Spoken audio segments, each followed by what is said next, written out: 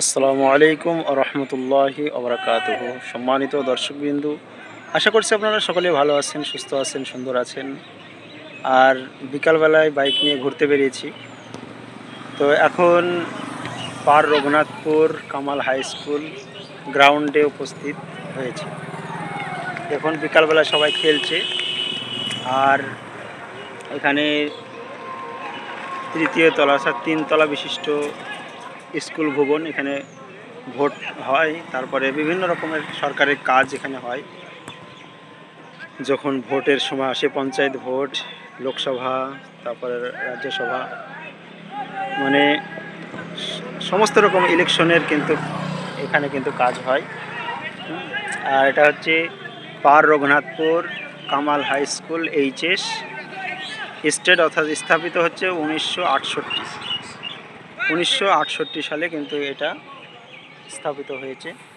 দেখতে পাচ্ছেন কত বড় স্কুলটা, পার রঘুনাথপুর কামাল হাই স্কুল। এটা রানীনগর পড়ছে, রানীনগর বিধানসভার অন্তর্গত এই স্কুলটি পড়ছে। অত্যন্ত সুন্দর এবং মনোরম এবং নান্দনিক পরিবেশে। আমার পিছনে দেখতে পাচ্ছেন গাছ এবং তারপরে রাস্তা। এটা হচ্ছে ডোমকল টু আপনার কাশীপুরের যে রাস্তা, সেটা বহরমপুরে থেকে যদি আপনারা আসেন তাহলে বাসে করে আসতে পারবেন। মা তারা বাস, তারপরে জেরিন, তারপরে ইবাদত কিছুদিন চলেছিল, দিয়ে ইবাদত এখন আর চলে না। মা তারা বাসে আপনারা আসতে পারবেন। বহরমপুর থেকে ছাড়ে ডাইরেক্ট, এবং কাশীপুর। এই তো বাস চলে গেল, এটা হচ্ছে মা তারা বাস চলে গেল।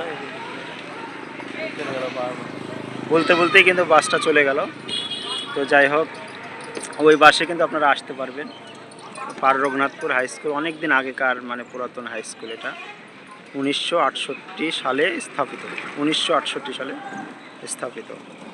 তো বিকালবেলায় হাওয়া খেতে বেরিয়ে এখানে এসে ভাবলাম যে আপনাদেরকেও দেখাই।